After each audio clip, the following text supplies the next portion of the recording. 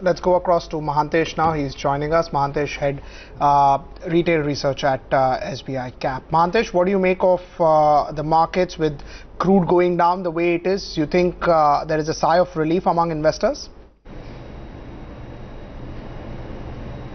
Yeah, there is indeed a sigh of relief among investors. If you notice, the Q2 results season had shown that the crude prices being elevated in the earlier months had affected margins of most companies. So I think the margin impact that we saw in Q2 will no longer get repeated, hopefully, with the crude prices now down. It's quite sharply down, by the way.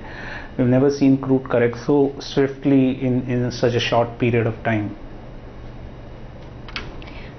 Mahantesh, what's the sense that you're getting when it comes to the overall consumption space? That is touted to be one of the favorites. But how are you looking at the overall earnings that have come in for some of the FMCG counters? What kind of long-term growth prospects do you see? Is there a preference vis-a-vis the large caps and the mid caps? So there are a couple of effects that we are clearly seeing in both consumer durable as well as FMCG companies. One of the effect is got to do with the GST itself. GST is bringing in a lot of efficiencies for these companies now in terms of distribution efficiencies. And the second effect that we are clearly seeing is that a lot of informal sector competition that existed in the consumer space, particularly in the FMCG space, is getting eliminated or is actually going quite slow. Therefore, the formal side, which is these listed companies, are seeing good volume growth. Double-digit volume growth is what we have been seeing from most of the FMCG companies, be it a paint company, be it a food company, or be it a personal care kind of company. So that trend, I think, will remain entrenched and will continue to offer good growth for consumer companies. On the durable side, the effect has been more related to buoyant rural economy. We have seen that the agricultural output has been quite strong in the past. Monsoons, though deficient, I wouldn't say is bringing in drought-like conditions, but the rural incomes are also getting supported from government policies and the MSP rice, for example. All these effect is causing a demand growth for consumer durable as well. The only pain point for consumer durables is that the requisite support required from NBFCs, the financing side, is perhaps now getting hit. But nevertheless, the consumer story remains quite strong. Mahantesh, wanted to just get in your views on the auto space as a whole. It seemed like when it came to, the kind of festive sale season, there was a lack of sparkle, if you will, in terms of the auto sales numbers. Are you worried about that, and what exactly is the road ahead for auto? I'm indeed worried in terms of the sales that have been reported by FADA for the festival period, 42-day festival period.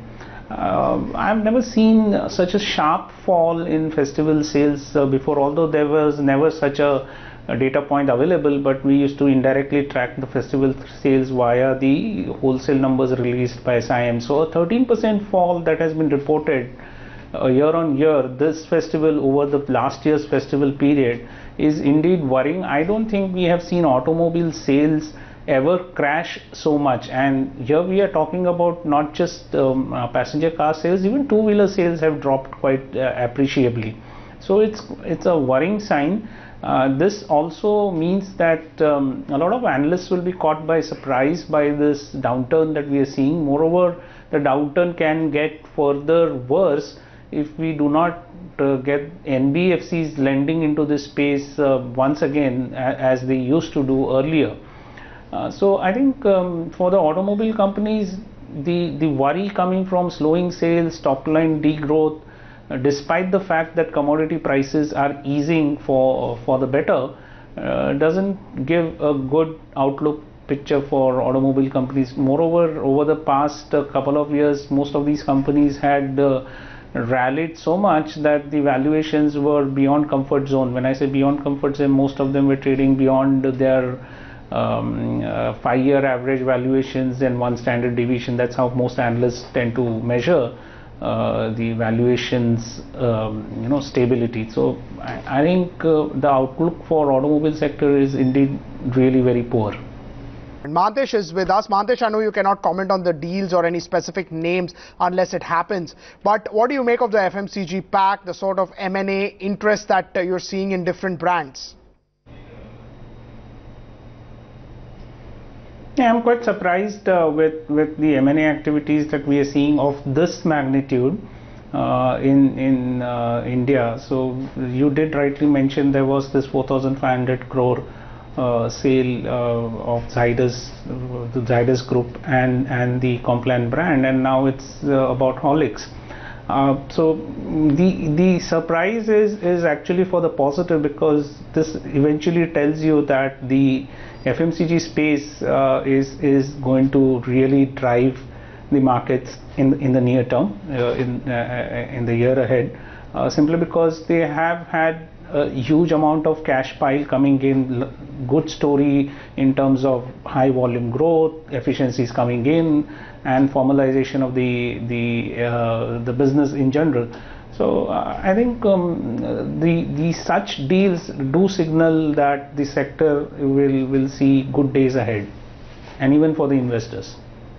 Well, let's just visit some of the other stocks within the OMC basket and just check in as to what they're up to, because it's really been quite a volatile roller coaster ride for most of these companies, largely due to the correlation with crude oil prices.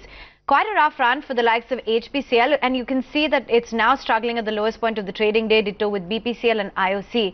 Mahantesh, would just like to get in your views as to how you're approaching the OMC basket. Would you remain tad circumspect owing to the volatility?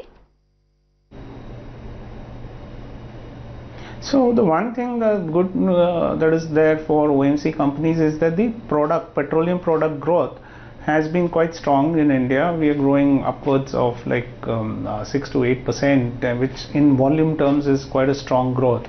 Plus you will have other opportunities coming in the form of the entire petrochemical chain growing. So you have a BPCL, for example, getting into petrochemical businesses as well. So for most of these OMCs, the growth ahead is more or less secure in an India-like market, and therefore the moment they bring in capacities, they bring in technologies to improve their refining process, etc. This will give incremental fillip to the profitability. So you have volume growth fillip, you have technology-led growth coming in, and you have the diversification in the form of the petrochemical chain helping them.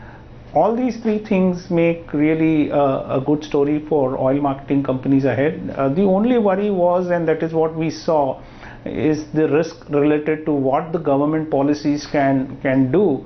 When the government asked the oil marketing companies to share some of the burden of the burgeoning prices of petrol and diesel, the stocks corrected sharply, almost 30-40%. We are still not back to those levels as yet, but the outlook is quite strong for most of the OMC companies, the way I see it.